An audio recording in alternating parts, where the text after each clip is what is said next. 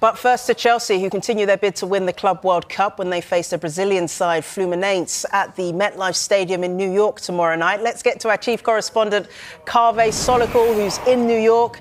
Kaveh, I know you've been gallivanting down and up the East Coast today, and we've seen pictures of Noni Madueke training with Chelsea and the rest of the squad. So he's staying, right? Is that what Enzo Maresca said? Oh, no. I don't think he said Noni Madueke is staying. I still think it's very much open what happens to Noni Madueke. Enzo Maresca was speaking in a news conference here at the MetLife Stadium.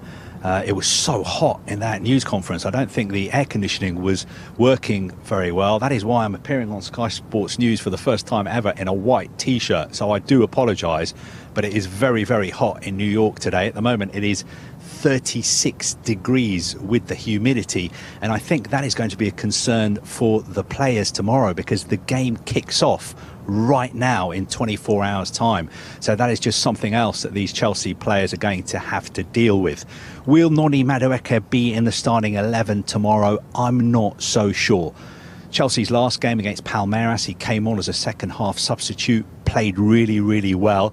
I asked Enzo Maresca about Madueke's state at the moment. Is he focused totally on Chelsea, or is he thinking about playing for Arsenal in a couple of weeks' time? And Enzo Maresca basically said, look, I appreciate at the moment it must be really, really difficult for Noni to deal with all the noise that is swirling around him, but for the time being, he's a Chelsea player.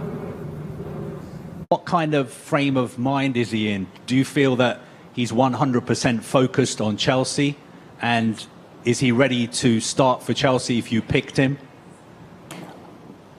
Personally, I think the same noise were before Palmeiras game, but you see, we give him half an hour and he was very good.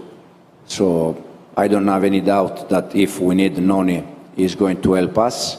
At the same moment, I can understand that as a human being, when there are many noise around you, it's not easy to deal with that. But hopefully, he can deal with that. Kaveh, I have to say, I know you're doing it just because you're hot, but the white T-shirt's a very good look on you, sir. More of that in the future. But let's get back to the football.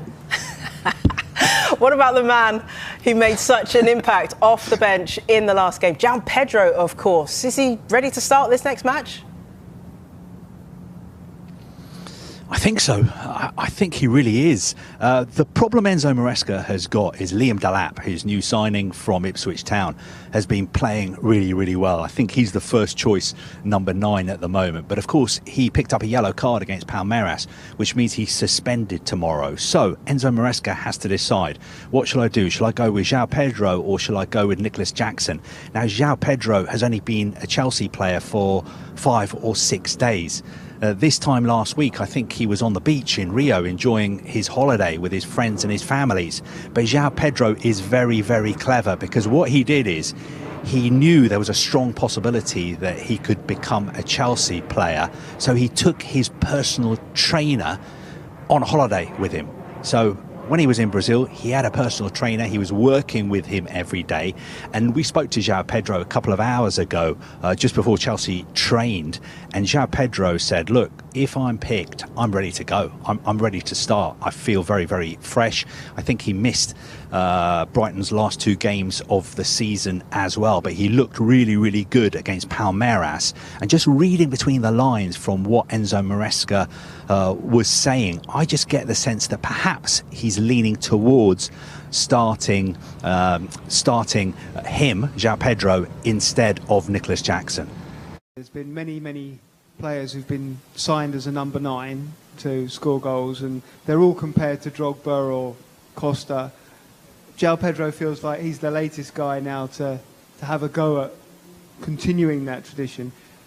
Do the players, these young players, do they know about this history, and what kind of player is he? Can he do it? For sure, I think Joao, Liam, Nico, the one that we have in this moment, they know exactly about number 9 Chelsea.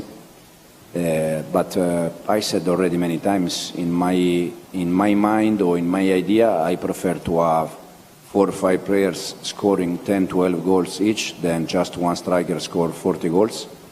So you can see last year what we have done with Noni, what we have done with Enzo Fernandez, and we expect next season more goals from all our attacking players. But for sure, as I said, the ones that they are playing as a 9 with us, they know exactly Chelsea history. I think Joao can play in all the attacking position for us. He can play wide, he can play inside the pitch, he can play as a 9. The difference with Nico is just that I see Nico just as a 9, while I see Joao in different position. So where does this leave Nico Jackson? I mean, if he's listening to that news conference, he's listening to his head coach talk about the fact that he's signed 2 forwards already this summer, Liam Delap and Joao Pedro as well, 2 players who can play in his position, 2 players who at the moment seem to be ahead of him when it comes to Enzo Maresca naming his starting 11s. Does Nicolas Jackson's future lie away from Chelsea? Well, look, the information we have is that there are lots of clubs who are interested in signing him. Clubs in the Premier League, clubs in Europe, clubs in Saudi Arabia as well. And just listening to Enzo Maresca talk about him today, he was kind of sitting on the fence a little bit. He wasn't going out of his way to be super complimentary about Nicolas Jackson. Of course, he rates Nicolas Jackson very, very highly. He was his first choice number 9 last season. But you do get the sense that maybe Nicolas Jackson and Noni Madueke could be leaving Chelsea in the next few weeks. Oh, Nico is training well. Unfortunately, almost the last 2 games he played, he was sent off. It was a red card, unfortunately for him, unfortunately for us. But he's working well. He played after Newcastle red card. He played the Conference League final. He scored, we won. And then for the new season, also for the future, we decide to bring another 9. And in this moment, it's okay. Well, whoever plays up front for Chelsea tomorrow will be coming up against a familiar face, because the captain of Fluminense is Thiago Silva, the former Chelsea legend, who is still very much playing well, going strong, leading Fluminense, even though he's now 40.